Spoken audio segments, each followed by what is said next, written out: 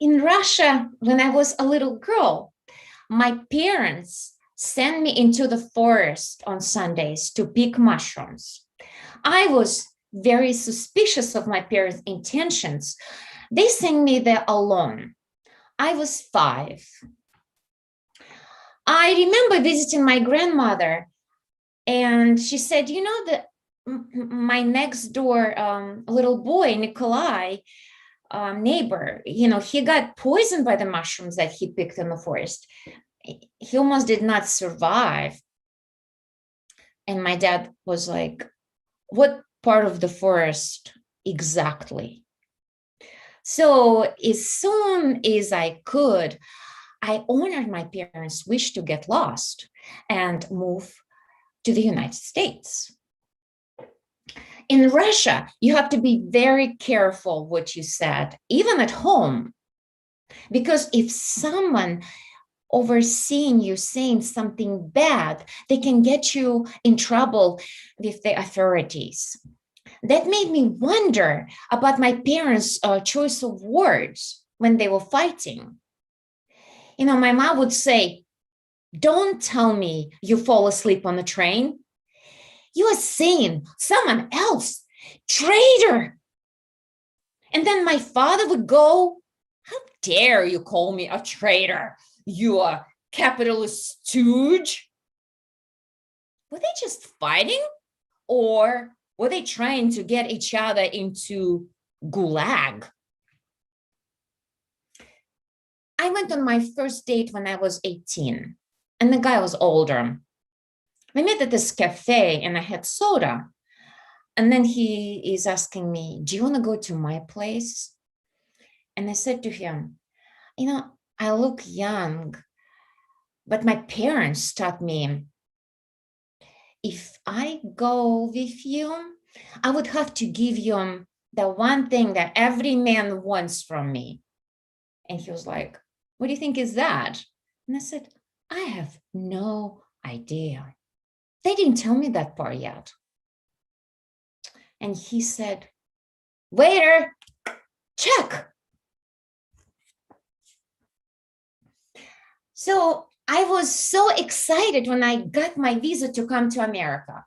I went to celebrate to the most famous restaurant in Moscow, McDonald's. It's McDonald's, but it has a Russian feeling to it. I said to the man in there, "I'm celebrating tonight. Can I have an extra pickle on my burger?" He said, "No." In Russia, there is no word for fun. The closest word you can say is joy.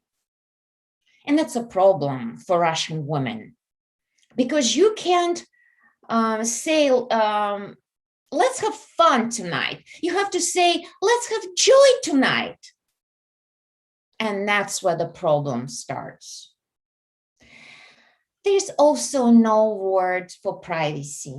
Or maybe there is, but nobody's using it. My first job when I got here was what they call mannequin modeling. You have to stand like in a window, still as a mannequin. And the guy who interviewed me said, "It's a lot more difficult when it sounds. Like you have to stay in the window. You can't smile. You can't move. You have to be perfectly still. Do you think you could do that?" I said, "Sure. I just pretend I'm having sex." I was once a nation's capital tour guide. I told the tourist all the history that I know, and they fired me. And I asked why. And they said, "We meant American, not Russian history." I said, "Now you telling me?" I'm interested in this new popular trends in America right now, like cryotherapy. Now you have to expose yourself to sub-zero temperatures. And then there is intermittent fasting, when you have to starve yourself every day for the most of the day. And then there is a minimalism, where you cannot have a lot of things at home and you really can't own anything. And they call this kind of living the most meaningful and happy life. In Russia, we have it too. We call it Siberia. Many of my friends, now when pandemic is getting under control, want to travel, and they asking me if it's safe to visit Russia. And I said, sure it is. Just don't smile, don't wave at people, don't wear, bright clothes, don't carry backpack, don't look lost, don't act lost, don't say hi, don't talk to strangers at all. Or you can just go to France. I have this fear of taking any type of public transportation. And my friend recommended I see therapist. And he said that he would help me for $250 an hour, twice a week. And I said, oh my God, I'm already feeling so much better. And he said, great. When do you want to come in? And I said, never. I'm going to use $500 a week to hire a private chauffeur.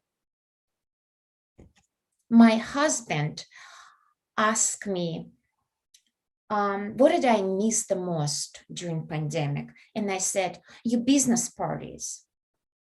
And he said, really? My business parties? Why is that? Well, I said, I can't wait when this is all over so your boss can pinch me on the ass again. I'll kill for that. Thank you so much. I love you.